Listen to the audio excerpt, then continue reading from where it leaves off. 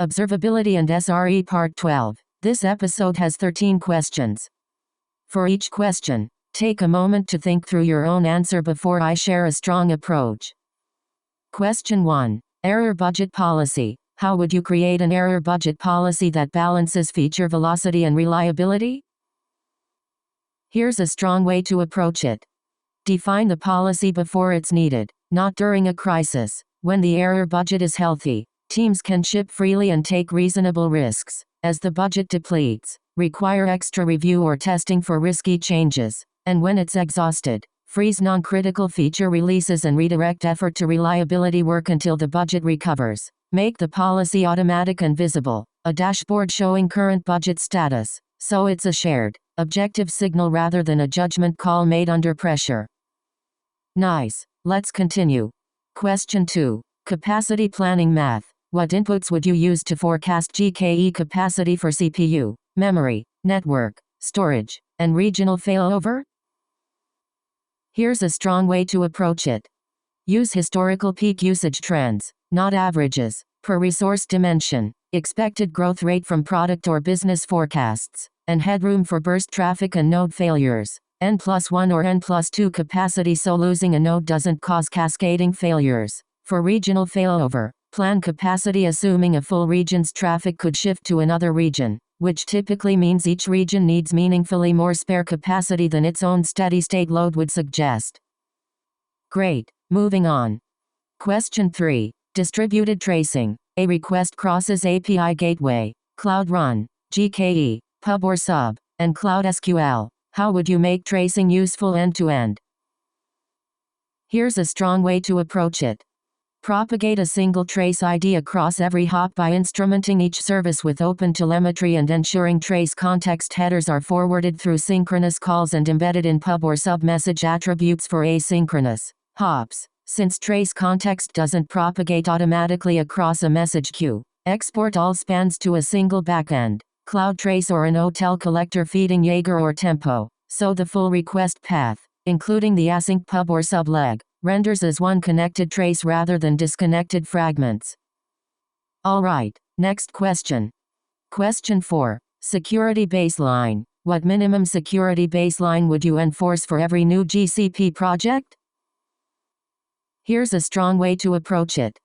Enforce via org policy. No public IPs on VMs without explicit exception. Public access prevention on storage. Required OS login instead of SSH keys. Restricted service account key creation. Prefer workload identity. Default deny firewall with explicit ALA rules. And mandatory audit logging enabled. Combine automated enforcement with a lightweight review for exceptions, so the baseline is consistent by default rather than dependent on every team remembering to configure it manually.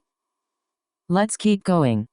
Question 5. WAF exceptions. A Cloud Armor WAF rule blocks legitimate traffic. How would you investigate, create exceptions, and avoid weakening security? Here's a strong way to approach it. Check Cloud Armor logs to see exactly which rule triggered and what request pattern matched, and confirm the traffic is genuinely legitimate, not an attacker who happens to resemble a false positive. Create a narrowly scoped exception, specific to the exact request pattern, source, or path rather than disabling the rule broadly. Document why the exception exists and its expiry or review date, and monitor it afterward to confirm it isn't being abused as an unintended bypass. On to the next one. Question 6. Vulnerability management. How would you run vulnerability management for containers, VMs, dependencies, and base images? Here's a strong way to approach it.